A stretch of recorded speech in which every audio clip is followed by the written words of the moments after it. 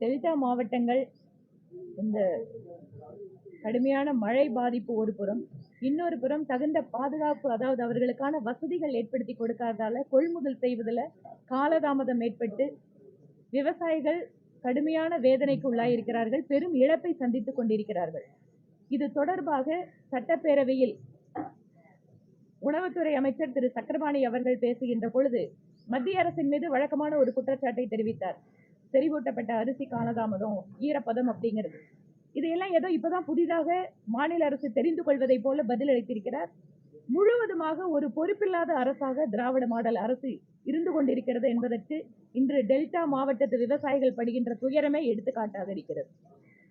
மாண்புமிகு எதிர்க்கட்சி தலைவர் அவர்களும் மற்ற அரசியல் கட்சி தலைவர்களும் இந்த பிரச்சனையில் அரசினுடைய கவனத்தை ஈர்த்தும் கூட அரசாங்கம் எந்த விதமான நடவடிக்கையும் எடுக்காமல் இருப்பது அவர்களுடைய தோல்வியை காட்டுகிறது. அவர்களுக்கு தகுந்த இழப்பீடு, விவசாயிகளுக்கு தகுந்த இழப்பீடினை கொடுத்து உடனடியாக இந்த பிரச்சனைக்கு ஒரு நிரந்தரமான தீர்வை உருவாக்க வேண்டும். சேமிப்பு கிடங்கள் இல்லாம எத்தனை வருஷம் விவசாயிகள் கஷ்டப்பட போறாங்க?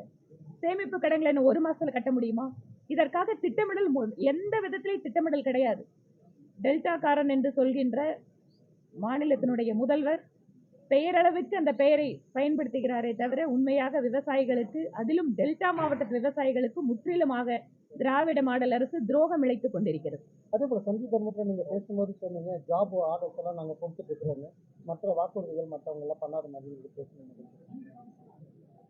பிரைம் மினிஸ்டர் அவர்கள் என்ன வாக்குறுதியை கொடுத்துட்டு இருக்காரோ, செஞ்சுட்டு இருக்காரோ அப்படிங்கிறத நம்ம இந்த 6 மாச காலத்திலேயே எங்களால் உதாரணமா சொல்ல முடியும்.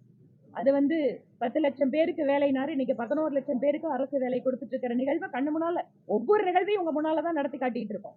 அதே போல ஜிஎஸ்டியை குறைப்போம் அப்படின்னு ஆகஸ்ட் 15 ரெட் போர்ட்ல பேசினார்.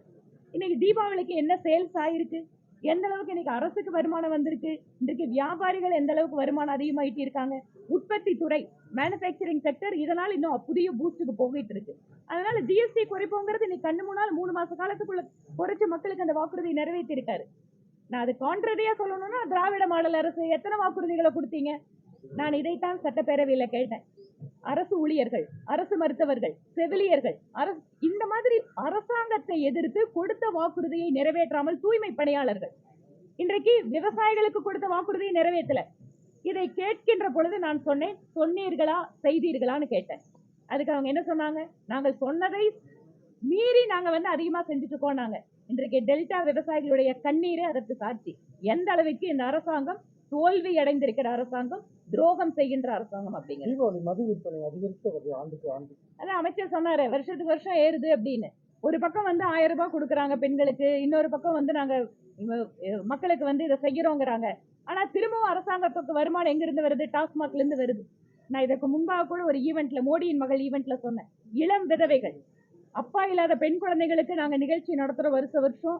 அந்த இளம் குழந்தைகள் அப்பா இல்லாம ஏன் நிக்கிறாங்கன்னு கேட்டா 90% ஆண்கள் குடிப்பழக்கத்தால இறந்திருக்காங்க. எவ்வளவு பெரிய சமூக அநீதி நடந்துட்டு இருக்கு. டாஸ்மாகனால உங்களோட வருமானம் உயர்ந்துட்டு இருக்கு, ஆனால் பெண்கள் தங்கள் தாலியை இழந்து கொண்டிருக்கிறார்கள். இதுதான் யதார்த்தம். இளம் விதவைகள் கணக்கெடுப்பு நடத்தப்பட வேண்டும். இந்த இளம் விதவைகளுக்காக மறுவாழ்வு திட்டங்கள், அரசாங்கத்தின் உதவிகளை செய்யப்பட வேண்டும் அப்படின்னு சட்டப்பேரவையில என்னுடைய முதல் பேச்சிலேயே குறிப்பிட்டேன். இதுவரைக்கும் அதை பத்தி எந்த விஷயம் கவனிக்கல.